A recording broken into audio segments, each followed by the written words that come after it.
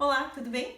Nós da Orquestra Jovem Circuito das Águas produzimos este conteúdo para auxiliar os alunos e os demais interessados na prática do instrumento à distância.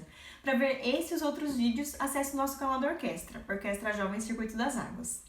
E no vídeo de hoje, a gente vai falar um pouco sobre dinâmica. A gente já falou um pouco sobre dinâmica lá nos primeiros vídeos, quando a gente estava falando sobre a propriedade do som e intensidade, né? A gente tratou algumas coisas de dinâmica naquele vídeo.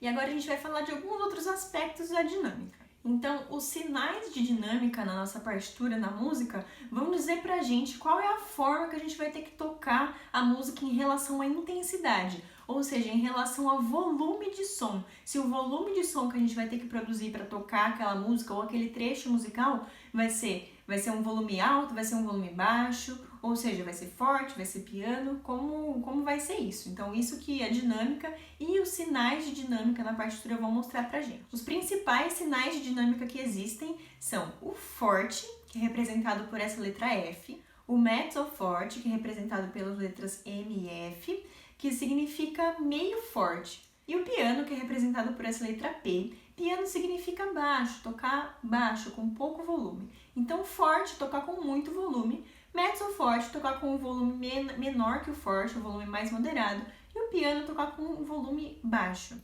Então, vou mostrar para vocês um pouco da diferença entre essas dinâmicas. O mezzo forte, a gente pode dizer que é aquela dinâmica que a gente toca sem pensar. A dinâmica é quando a gente pega um instrumento e já começa a tocar, ou quando a gente começa a cantar sem pensar se está muito alto, se está muito baixo. Então, essa é a dinâmica do mezzo forte.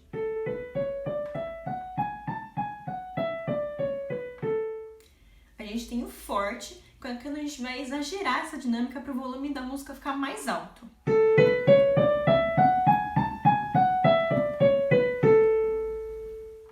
E a gente tem o piano, que é quando o volume vai ficar mais baixo.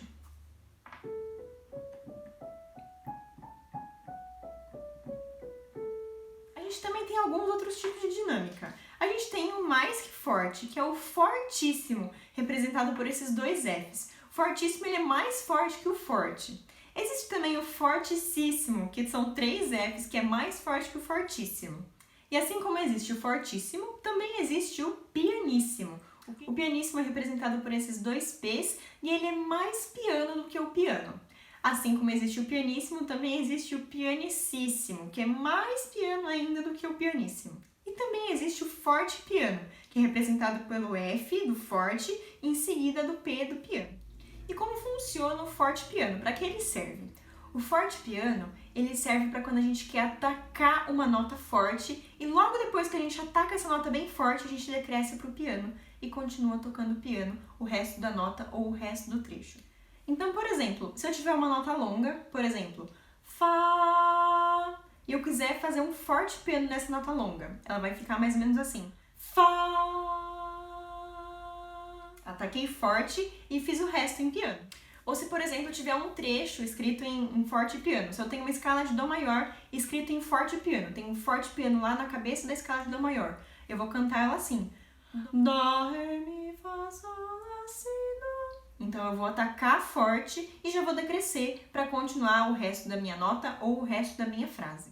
A gente tem também outros sinais de dinâmica na partitura que indicam as transições entre essas dinâmicas que a gente viu. Então, a gente vai ter o crescendo ou crescendo, que vai indicar quando a gente sai de uma dinâmica que está mais piano para uma dinâmica mais forte. Ou seja, a gente pode sair do pianíssimo para o piano, com o crescendo, a gente pode sair do piano para o mezzo forte, do mezzo forte para o forte, do forte para o fortíssimo, né? Em crescendos, assim, pensando de uma dinâmica para outra. E a gente pode ter os grandes crescendos, que é, por exemplo, quando eu saio do pianíssimo e vou crescendo, crescendo, crescendo até chegar no fortíssimo, né? Então, esse crescendo, ele serve para variar as dinâmicas, para não ter a mudança de dinâmica abrupta. E assim como a gente tem o crescendo, a gente tem o diminuendo ou decrescendo, que serve para fazer o oposto, serve para fazer a transição entre dinâmicas em que a primeira é mais forte e eu quero chegar numa dinâmica mais piano.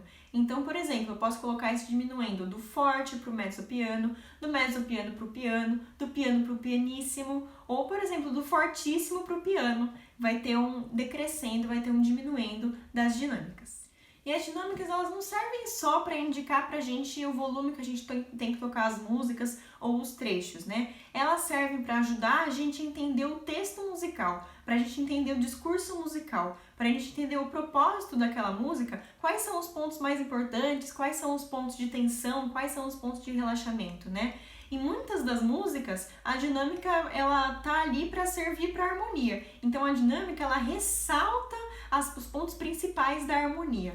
Por exemplo, ela ressalta os pontos de tensão musical, onde a música fica muito tensa, a gente tem uma dinâmica forte. E quando a música se resolve, quando a música relaxa, a gente tem uma dinâmica mais piano para indicar o relaxamento.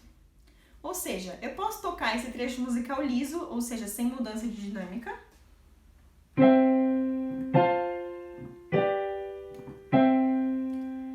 Ou eu posso usar a dinâmica, a mudança de dinâmica, para enfatizar a harmonia desse trecho.